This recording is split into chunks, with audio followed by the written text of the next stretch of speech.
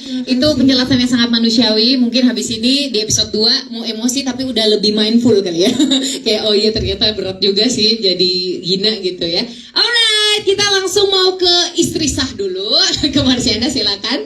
Sebagai pemeran Syafa di sini Kak Marsyanda memerankan sosok yang tidak hanya menghadapi tekanan itu sebagai bagian dari sandwich generation, tapi juga dari stigma negatif sosial ya kan, karena orang-orang mungkin menuntut harus punya anak, dan ini penantian udah cukup lama ya, 10 tahun? Ya. Yes, 10 tahun penantian itu kan lama banget ya kan, dan udah tahu dong cibiran-cibiran dari mertua itu seperti apa.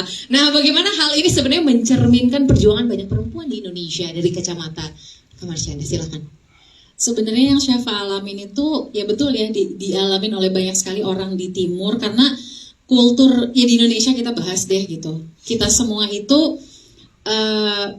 seakan-akan punya nilai bahwa kita hidup untuk menyenangkan orang lain di sekitar kita, menyenangkan masyarakat di sekitar kita.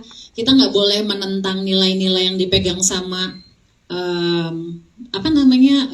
lingkungan sekitar kita, entah keluarga, entah dari mertua, entah dari suami kita, pasangan sendiri, ataupun dari sekolah, kuliah, tempat kerja, apapun itu yang sifatnya tuh ya udah kita hidup untuk orang lain.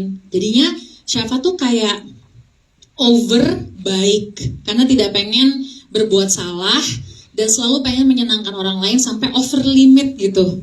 Ya people pleaser itu gitu. Tapi saking dia over limit itu baiknya, dia jadi nggak sadar ketika dia mengorbankan kehamilannya sendiri, mengorbankan hubungannya dengan suaminya, dan dia punya dilema yang dimiliki oleh aku rasa lumayan banyak wanita Indonesia juga, bahwa si individu perempuan ini nggak tahu kapan harus memprioritaskan pasangan sebagai suami, ini udah bukan pacaran lagi, ini udah suami, dan kapan harus memprioritaskan keluarga. Karena bagi dia itu keluarga penting juga, tapi kan ini udah berumah tangga nih. Ada saatnya kita harus ya udah kita berdua aja. Nah, Syafa tidak memahami itu, tapi dia merasa pokoknya aku punya keinginan mau jadi istri yang baik, kayak dialog tadi kan, anak yang baik, menantu yang baik.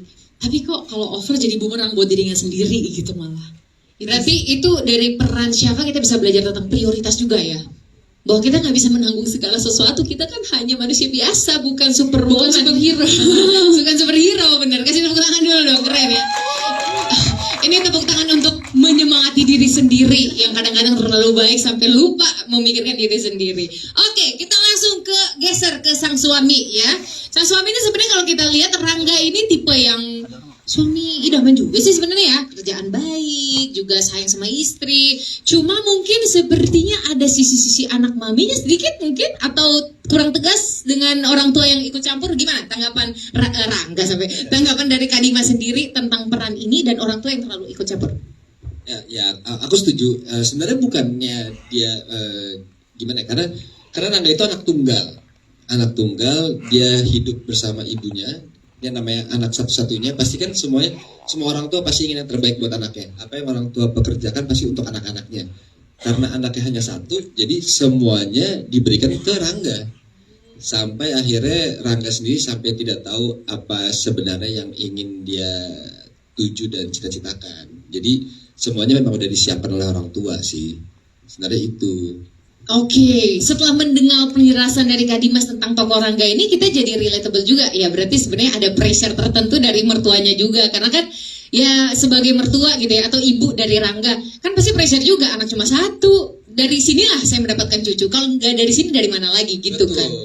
Oke, wow, ini ceritanya perannya masing-masing kuat-kuat sekali ya. Hebat. Kasih tepuk tangan dulu untuk para orang-orang yang bekerja di belakang layar ataupun depan layarnya video original series ini. Luar biasa.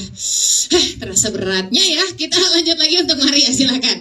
Kalau untuk Maria, ini kan jelas banget nih peran Dina ini menggambarkan sosok pelakor dalam rumah tangga Rangga dan juga Syafa gitu ya. Apa sih tantangan yang paling besar yang kamu rasakan dalam memerankan karakter ini, yang mungkin abis ini kamu bisa jadi dibenci di sosial media ataupun di dunia nyata, atau ada yang ketemu dijambak? Gimana coba Maria? Kalau tantangan terbesar mungkin